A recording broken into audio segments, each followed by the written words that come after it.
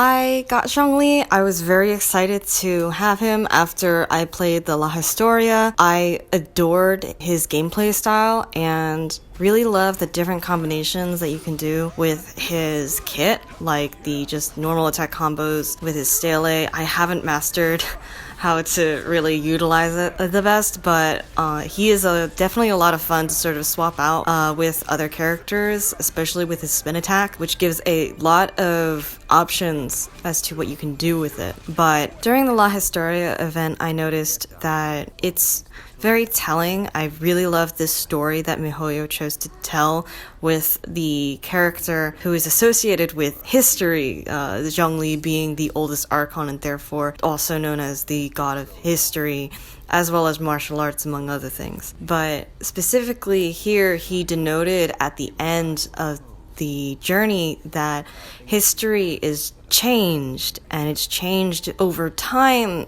with unforeseen effects, with how the salt god was known and remembered to be a kind god, but her death became warped in the sense of that she was not remembered to have been killed by her own followers, but they thought now, or after I guess some research, that she was killed by Rex Lapis. And that's really sad, is that Zhongli gets basically framed for a murder he didn't do, and in fact was done by followers of the god of salt. And he was correct in the sense that she would have been a great goddess to follow in a time of peace, but she was a pacifist to the point of self-destruction, essentially. And in a world of many disputes, someone like her was in a position where she could not preserve herself and her followers. And it was really heartbreaking to learn that she was basically put down by her own people. And Zhongli is basically burying the last remnants of her memory. The warping of history is something that we can probably apply to our own textbooks, especially for me in the United States. Everything within the textbooks is very westernized because they have the most saved chronicles. Like, they have all the textbooks, they have all the studies, they have all the ancient artifacts, the scriptures, things that haven't yet been burned or destroyed in order to erase them from history. And people do erase things from history so that people will forget about them, and things are built in memory of people so that you won't forget them. But then sometimes what you want people to remember you for, or what you want to be remembered by, gets changed. Its meaning gets changed specifically. And Zhongli points out that, well, even though he had fought that war 3,700 years ago, nobody remembered it, and they misremembered a lot of information. In the beginning of the story, they were even talking about Mora and how these archaeologists were putting so much weight on a seemingly, for Zhongli, insignificant exchange, where they were like, oh, it's got to have some mystical properties, or because it's the very first, it has to have great importance, whereas for the god Zhongli or Rex Lapis, it's just an easy commodity and something he can make very quickly. There's no importance behind that. There's no significance to it. And yet people put significance on things that may not have had that same meaning, but we place a lot of importance onto it as a people because we want it to have meaning. We want to impart meaning onto the things that were left to us. For historians today, we place a lot of importance on things that were first, things that were discovered on a certain period and have been around for however long, and we place a lot of significance on all of these relics that may have been just very ordinary objects, but we place importance on them because they were the first, or because we want them to be important so that, I guess, the rest of our findings feel important to us. This story gives a lot of people a chance to look also at their own interpretation of history. History is warped by what you read. History is warped by time, and not everyone remembers it. Funnily, Zhongli said that by having the traveler come along with him on this journey, the traveler can then record it in their minds, and he can become basically an archive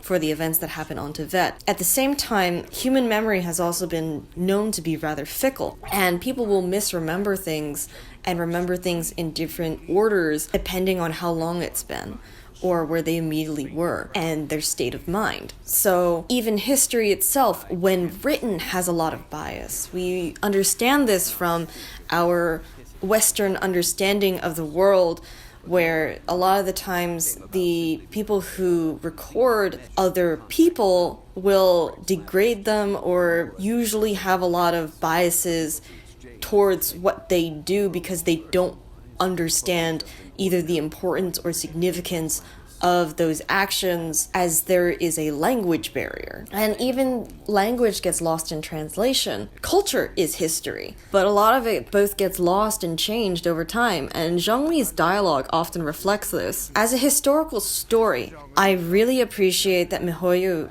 has pointed out this sort of almost flaw in human understanding of the world, because we will never really know any of this, and there is no real way to archive these memories. We have them, and we have more and better ways of recording things than ever before, but their original intention may be lost in time, as all things do.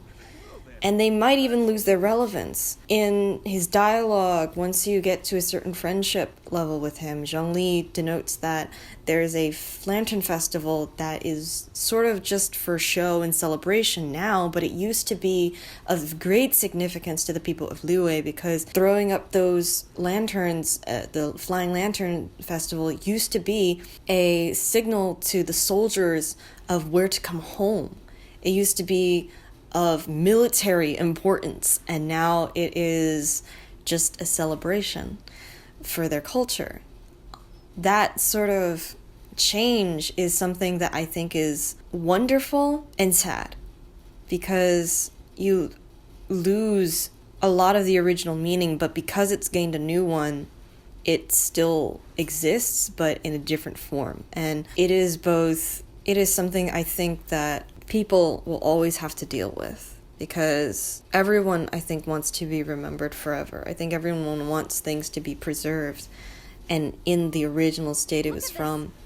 But with Zhongli's side story, it's pretty apparent that nothing is ever, rock solid. It's not stable. History will continue and move forward, and people will continue to move forward, and they will forget, and sometimes they have to forget, just as they had to move on from the rule of Adepti and the rule of Rex Lapis. Their time is over, and they must allow for mankind, or the Qixing, essentially, to take their place in governing Liyue.